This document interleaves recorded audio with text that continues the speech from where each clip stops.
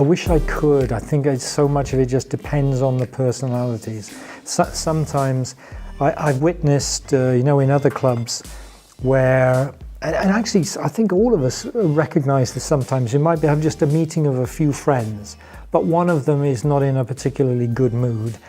And then when they leave, everyone else goes, what was the matter with him?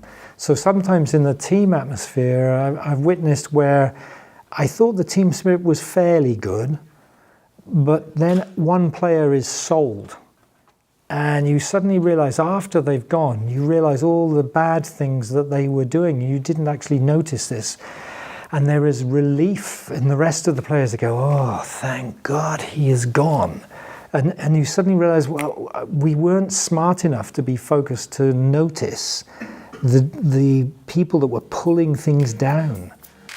I have a word which I know is not probably politically correct, but I call those people, who suck the energy from a team, who pull the energy down, I call them terrorists.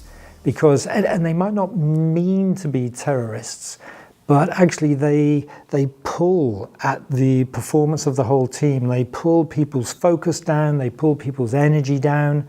And sometimes the way they do this can be really, really small, but actually it's a significant impact on the way the team functions as a whole. I do think, it's very important that in any discipline, whether it's psychology or another discipline, we need the academic researchers to keep pushing the boundaries further forward. But I think, the people that I envy the most within the sphere that I operate are the coaches, because they have day-to-day contact and connection with the players. And, those are the people that really have that experience to use the right words, the right gestures, the right impact, the right facial expression. Unfortunately for the academics, keep to the laboratory, do your research, but very often, my own experience is when an academic has stepped into my shoes or tried to get near, they are so divorced. They're good in the laboratory, but not good in the field. I think it's to do with what's the impact you are making. And whilst it's not to say, academics can be very empathetic people, but I think also it takes a way of being able to build rapport with very, very different people.